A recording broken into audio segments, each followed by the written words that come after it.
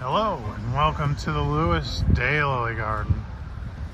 It's the end of November. I'm standing in front of a spent scape from Chew Mail Pouch Tobacco.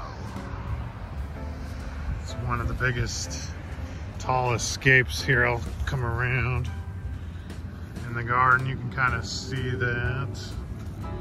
And here we are at the end of the season.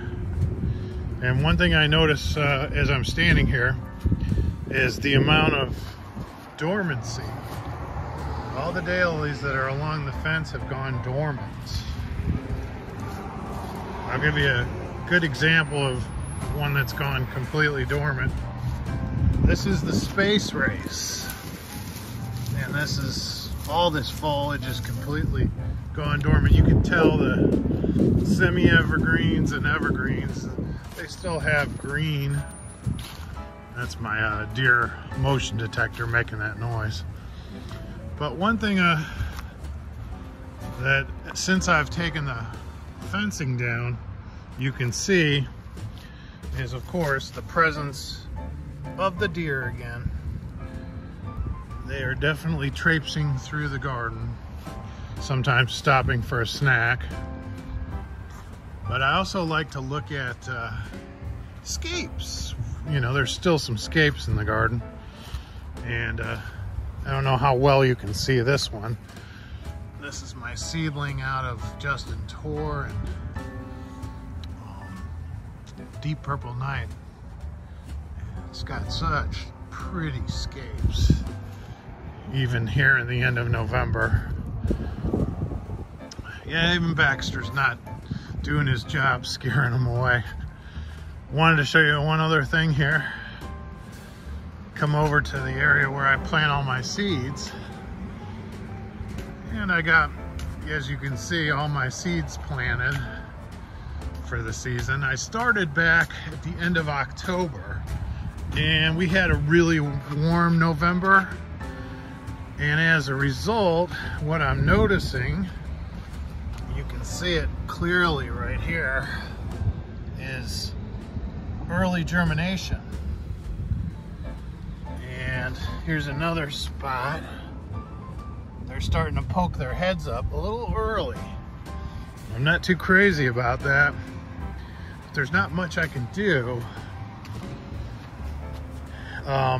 So yeah, I imagine I might have a few losses here and there, but most of these were recently planted, I'd say within the past 2 weeks. So hopefully most of them will make it.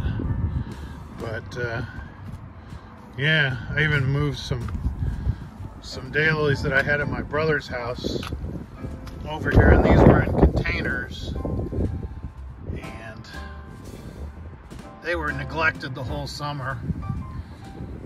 And hopefully they'll make it through their first winter. They're from the south. I'll show you some more new arrivals down here.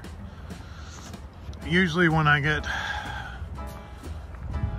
fans from other sources, sometimes I don't get the largest fans.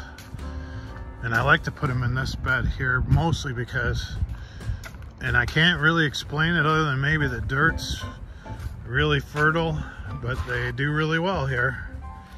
Here, I'll show you one. You can see it's a pretty small fan. I have one that I got that's gone completely dormant here, right there. It's pretty small. So yeah, they're just getting acclimated right now. There's one that just the green in the foliage is barely there. A lot of small single fans from around the country. So, and sometimes when I divide them, I put my single fans here. Like here's a fan of Frank Sinatra. It's pretty small, but you know, it doesn't look half bad. It should make it through the winter, knock on wood, because I think that's my only fan left of it. In this area here, the seedlings should bloom next year in July, knock on wood. All right, that's all I got. Hope you enjoyed it.